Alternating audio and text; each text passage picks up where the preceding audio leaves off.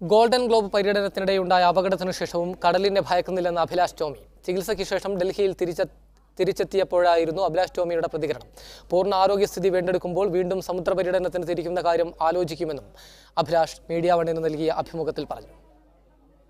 13 metre ഉയരത്തിൽ വീശിയടിച്ച തിരമാലകൾക്ക് commander Abhilash ടോമിയുടെ ഇച്ഛാശക്തിയെ തോൽപ്പിക്കാനായില്ല.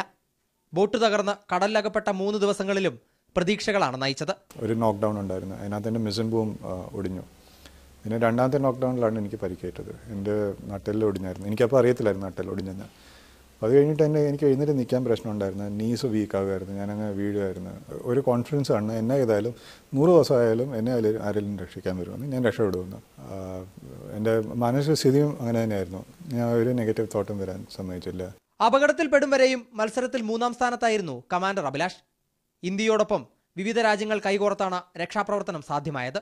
അപ്പം ഒസരിസ് എന്നായിരുന്നു അതിൻ്റെ പേര്. അവരെത്തിയത് 24-ാം തീയതി രാവിലെ. അവരെന്നിട്ട് ഒരു ചെറിയ ബോട്ടിൽ അവരുടെ ആൾക്കാരെ ഇറക്കി എൻ്റെ ബോട്ടിലോട്ട് അയച്ചു.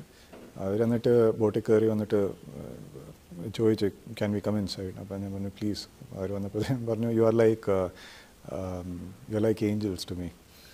അവർ ചോദിച്ചു എന്നേലും എന്നെ പറയുന്നത്, do we need to be careful of anything? അപ്പോൾ ഞാൻ ഒരു ബ്രീഫ് കൊടുത്തായിരുന്നു. ചിലപ്പോൾ പിച്ചാത്തി കാണും, കോമ്പസ് കാണും, അപ്പം you have to be careful of that. അപകടത്തിന് ശേഷവും കടലിനോട് ഒരു ഭയവും തോന്നിയിട്ടില്ലെന്നും പൂർണ്ണ ആരോഗ്യസ്ഥിതി വീണ്ടെടുക്കുമ്പോൾ സമുദ്ര പര്യടനത്തിന് പോകുന്ന കാര്യം ഇനിയും ആലോചിക്കുമെന്നും അഭിലാഷ് ടോമി പറയുന്നു. ക്യാമറമാൻമാരായ ഫൈസൽ നീർക്കുന്നത്തിനും MN നിതീഷിനുമൊപ്പം റോബിൻ മാത്യു മറ്റത്തിൽ, മീഡിയ വൺ, ഡൽഹി.